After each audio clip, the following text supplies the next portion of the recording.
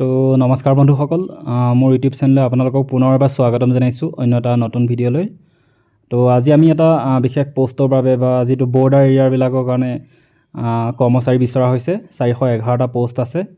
গতিকে তাৰ বাবে সম্পূৰ্ণ ডিটেইলছ আমি পঢ়িম আৰু কেনেকৈ আবেদন কৰিব লাগে, কি কথা, গোটেইখিনি কথা আমি আজি ভিডিঅ'টো ভালদৰে আলোচনা কৰিম আৰু আপোনাৰ আগত জনাম ভালদৰে।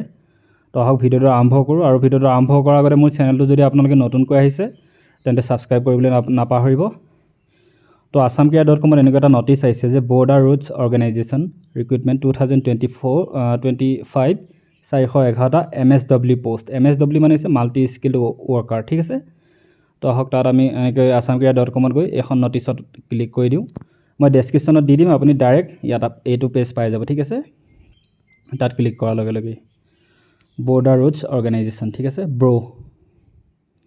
তো কি বুলি কৈছে, আবেদন কৰাৰ লাষ্ট তাৰিখ হৈছে 11 মাৰ্চ 2025 তাৰিখলৈ আপুনি আবেদন কৰিব পাৰিব। ইয়াৰ আবেদন প্ৰক্ৰিয়া অনলাইন নহয়, অফলাইন হয়। কেনেকৈ অফলাইন কি কৰিব লাগিব গোটেইখিনি কথা মই ভালদৰে এতিয়া বুজাই দিম আপোনালোকক। গতিকে লাষ্ট ডেট কি বুলি কৈছে 11/3/2025, অৰ্থাৎ 11 মাৰ্চ 2025 তাৰিখে, ঠিক আছে। Border roads organisation has released an employment notification for the recruitment of 411টা ব্ৰ'য়ে, মানে ইয়াৰ অৰ্গেনাইজেশ্যনৰ নাম হৈছে ব্ৰ', ঠিক আছে। বৰ্ডাৰ ৰুটছ অৰ্গেনাইজেশ্যন 411টা পোষ্ট মুকলি কৰিছে, মাল্টি স্কিল্ড ৱৰ্কাৰ, ঠিক আছে। কি কি কামৰ কাৰণে? Cook, mason, blacksmith and mess waiter, ঠিক আছে। কুক মানে হৈছে ৰান্ধনি কামৰ বাবে, আৰু মেচন মানে হৈছে ৰাজমিস্ত্ৰী, ব্লেক স্মিথ মানে লোহাৰ কামবিলাক আৰু, ঠিক আছে। আৰু মেছ ৱেটাৰ মানে ৰান্ধনি ঘৰত মানে ৱেটাৰ কাম কৰে, সেনেকুৱা ধৰণৰ পোষ্টৰ বাবে টোটেল 411টা পোষ্ট মুকলি কৰিছে ব্ৰ' অৰ্গেনাইজেশ্যনে, ঠিক আছে। মানে ৰাস্তা পথ নিৰ্মাণ কৰা যিটো অৰ্গেনাইজেশ্যন। তাৰপিছত এডভাৰটাইজ যিটো নম্বৰ আছে এইটো নম্বৰটো দিয়া হৈছে। মই সম্পূৰ্ণ ডিটেইলছ হেৰিত দি দিম, কি কয় বোলে ডেছক্ৰিপশ্যনত দি দিম, আপুনি তাৰ পৰা ক্লিক কৰি ডাইৰেক্ট চাব পাৰিব, ঠিক আছে।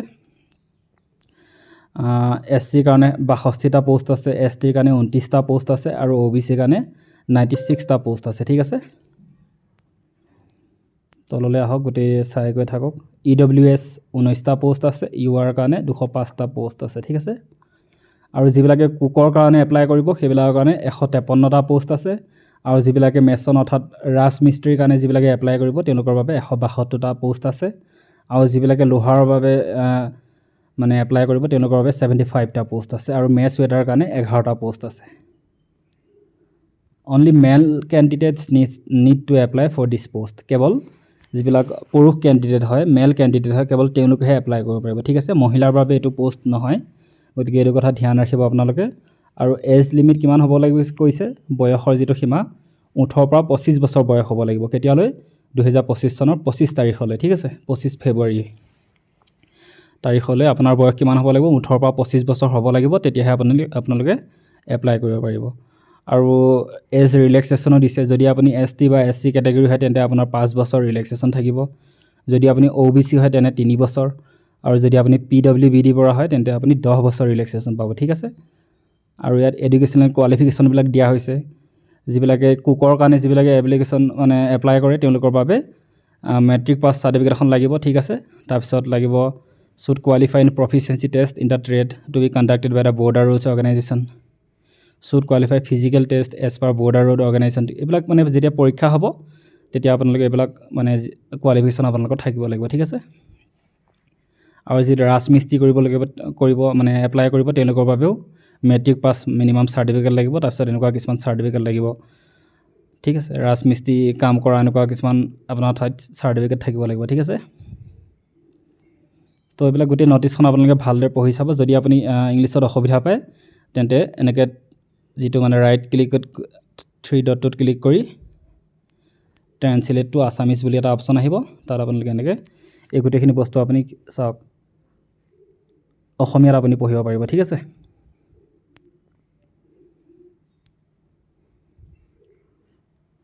মেচনৰ কাৰণে অৰ্থাৎ ৰাজমিস্ত্ৰীৰ কাৰণে কি লাগিব? স্বীকৃতিপ্ৰাপ্ত বৰ্ড বা সমতুল্য বৰ্ডৰ পৰা মেট্ৰিক পাছ কৰা হ'ব লাগিব।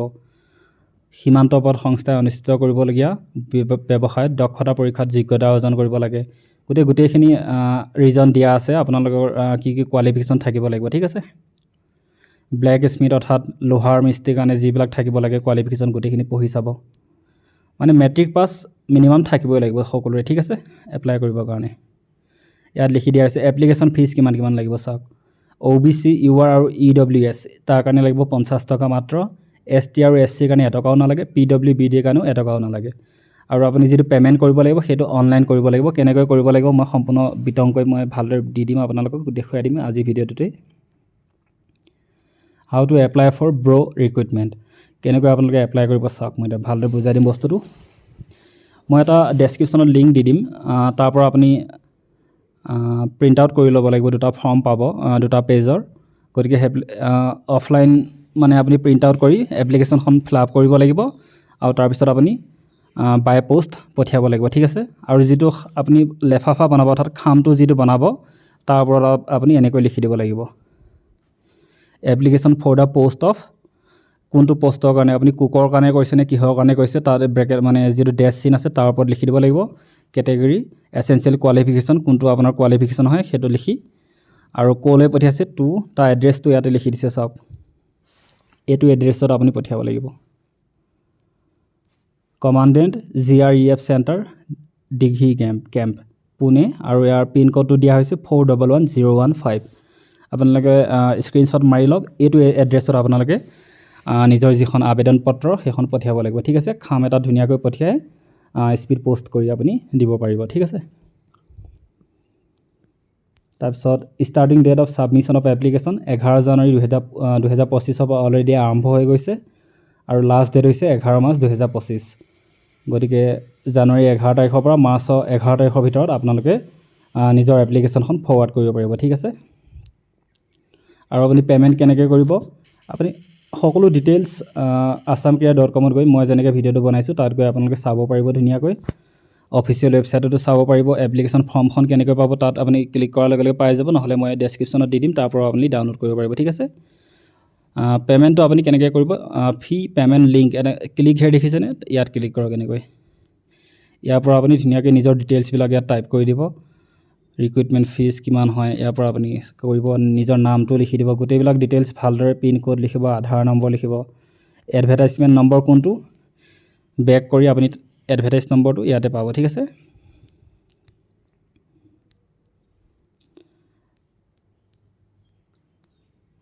মই ধুনীয়াকৈ গোটেই ডিটেইলছখিনি আপোনালোকক দি দিম। তো পে'মেণ্ট লিংকত ইয়াত গৈ আপোনালোকে নিজৰ পে'মেণ্টটো ধুনীয়াকৈ পঠিয়াই দিব, ঠিক আছে। যেনেকৈ মই কৈছিলোঁ ST ST কাৰণে এটকাও দিব নালাগে এপ্লিকেশ্যন ফিজ, OBC বিলাকৰ কাৰণে 50 টকা, গতিকে তেনেকৈ আপোনালোকে নিজৰ ফিজটো ইয়াত দি দিব, ঠিক আছে। আৰু যিটো ট্ৰেনজেকশ্যন ID হ'ব আপুনি গুগল পে' বা যিহৰ পৰা কৰে তাৰ যিটো ID সেইটো আপুনি নোট কৰি ৰাখিব। যেতিয়া আপুনি এপ্লিকেশ্যনখন পঠিয়াব তাৰ লগত আপুনি সেইটো মানে ষ্টেবল কৰি পঠিয়াব লাগিব, ঠিক আছে। আপোনাৰ পে'মেণ্ট হোৱা বুলি সেই প্ৰমাণখনো আপুনি দিব লাগিব, ঠিক আছে। গতিকে ইয়াৰ পৰা মই বেক হৈছোঁ আৰু আপোনালোকক মই দেখুৱাই দিম এতিয়া এপ্লিকেশ্যন ফৰ্মখন, ঠিক আছে। আমি ইয়াত চাই লওঁ, গতিকে সম্পূৰ্ণ PDF-ত এনেকৈ আহিব। এইটো গোটেই এডভাৰটাইজ নম্বৰটো এইটো চাওক 01/2025 এইটো এডভাৰটাইজ নম্বৰটো, ঠিক আছে। এইটো আৰু এইটো কুকৰ কাৰণে ধুনীয়াকৈ কাৰ কাৰণে কিমান ভেকেঞ্চি আছে গোটেই ডিটেইলছখিনি অলৰেডি মই পঢ়ি দিছিলোঁৱেই ন'টিছখনত, গতিকে এইখিনি ইয়াতো দিয়া হৈছে, ঠিক আছে। হিন্দীটো দিয়া হৈছে আৰু ইংলিছতো দিয়া হৈছে, ঠিক আছে। গোটেই ন'টিছখন আপোনালোকে ভালদৰে পঢ়ি চাব। আৰু ইয়াৰ পৰা আৰম্ভ হ'ব আপোনালোকৰ 3 নম্বৰ পেজ, ঠিক আছে। এখন হৈছে এপ্লিকেশ্যন ফৰ্মখন, এখন আপুনি ফিল আপ কৰি খামত ভৰাই লেফাফাত ভৰাই আপুনি বাই পোষ্ট কৰিব লাগিব, যিটো মই এড্ৰেছ দিছিলোঁ সেইটো এড্ৰেছত, ঠিক আছে। ক্ষমা কৰিব। ইয়াত ধুনীয়াকৈ আপোনালোকে নিজৰ পোষ্টটোৰ নাম, কুকৰ কাৰণে এপ্লাই কৰিছে নে কিহৰ কাৰণে এপ্লাই কৰিছে তাৰ পোষ্টটোৰ নাম লিখি দিব, চিৰিয়েল নম্বৰটো লিখি দিব। চিৰিয়েল নম্বৰটো ক'ৰ পৰা পাব আপুনি চাওক, যদি আপুনি কুকৰ কাৰণে এপ্লাই কৰিছে গতিকে তাৰ চিৰিয়েল নম্বৰটো কি আছে 1, গতিকে তাত আপুনি 1 লিখি দিব, ঠিক আছে। চিৰিয়েল নম্বৰ এডভাৰটাইজ এইটো 1 লিখি দিব। তাৰপিছত কেটেগৰী হৈছে এপ্লাইড, কোনটো কেটেগৰী আপোনাৰ OBC কেটেগৰী নে কিহৰ কেটেগৰী লিখি দিব। তাৰপিছত এইটো যি ইয়াত আপুনি নিজৰ হেৰিটো লিখি দিব, কি কয় বোলে ফটো এখন ইয়াত আপুনি লগাই দিব ধুনীয়াকৈ, গমেৰে অৰ্থাৎ আঠাৰে আপুনি ধুনীয়াকৈ ইয়াত লগাই দিব, ঠিক আছে। গোটেই মানে এখন আপুনি ভালদৰে ভৰাই চাব। কিবা যদি অসুবিধা পায় আপুনি কমেণ্টত সুধিব পাৰে, নহ'লে নিজৰ ওচৰ পাজৰ কোনোবা জানা মানুহৰ পৰা আপুনি গোটেই ফৰ্মখন ধুনীয়াকৈ ফিল আপ কৰিব ঠিক আছে। ফিল আপ কৰি আপুনি যিটো মই এড্ৰেছ দি দিছিলোঁ ইয়াৰ আগতে বুজাই দিছিলোঁ এড্ৰেছটো, সেইটো এড্ৰেছত আপোনালোকে পঠিয়াই দিব। আৰু এড্ৰেছটো মই দি দিম ডেছক্ৰিপশ্যনত, তাৰ পৰা আপুনি কপি কৰি ল'ব পাৰে বা লিখি ল'ব এঠাইত, তাৰপিছত সেইটো এড্ৰেছত আপুনি পঠিয়াই দিব নিজৰ হেৰিৰ পৰা ঠিক আছে। 1 2 3টা পেজ আছে ঠিক আছে। লাষ্টত আপোনালোকে কি কৰিব লাগিব, প্লেচ এণ্ড ডেট লিখি দিব আপোনালোকৰ, তাৰপিছত লেফ্ট হেণ্ড থাম্ব এম্প্ৰেশ্যন, আপোনালোকৰ বাওঁ হাতখনৰ যিটো বুঢ়া আঙুলি তাৰ পৰা এটা আপুনি থাম্ব বহাই দিব, থাম্ব এম্প্ৰেশ্যন দিব। তাৰপিছত ছিগনেচাৰ অফ দ্য কেণ্ডিডেট, আপোনালোকে নিজৰ চাইনটো কৰি ধুনীয়াকৈ খাম এটাত ভৰাই পঠিয়াই দিব। আৰু লগতে এপ্লিকেশ্যনৰ এই ফৰ্মখনৰ লগতে আৰু কি পঠিয়াব লাগিব, আপোনালোকে যে পে'মেণ্ট কৰিলে, আপুনি যে পে'মেণ্ট কৰিলে সেই পে'মেণ্টৰ যিটো প্ৰমাণ সেইটো আপোনালোকে ষ্টেপল কৰি খামটোৰ ভিতৰত ভৰাই ধুনীয়াকৈ এড্ৰেছটোত পঠিয়াই দিব ঠিক আছে। গতিকে ভিডিঅ'টো ভাল লাগিল যদি লাইক আৰু শ্বেয়াৰ কৰিব, আৰু যিকোনো অসুবিধা পালে মোক কমেণ্টত আপোনালোকে মেছেজ কৰিব পাৰে, বা মোৰ পাৰ্চনেল নম্বৰ আৰু মোৰ ইমেইল আইডি দিম, তাতো আপোনালোকে মোক সুধিব পাৰে ঠিক আছে যিকোনো অসুবিধাৰ বাবে। আৰু ভিডিঅ'টো ভাল লাগিল যদি লাইক আৰু শ্বেয়াৰ কৰিবলৈ নাপাহৰিব। আকৌ এবাৰ কৈছোঁ, মোৰ চেনেলটো যদি নতুনকৈ আহিছে এবাৰ ছাবস্ক্ৰাইব কৰি ল'ব ঠিক আছে। বাকী গোটেই ডেছক্ৰিপশ্যনত মই লিংকখিনি দি দিম, আপুনি তাৰ পৰা ডাইৰেক্ট এই কামটো কৰিব পাৰিব। তো বহুত বহুত শুভেচ্ছা থাকিল, আশা কৰিছোঁ আপোনালোক সকলোৱে ভালে থাকক।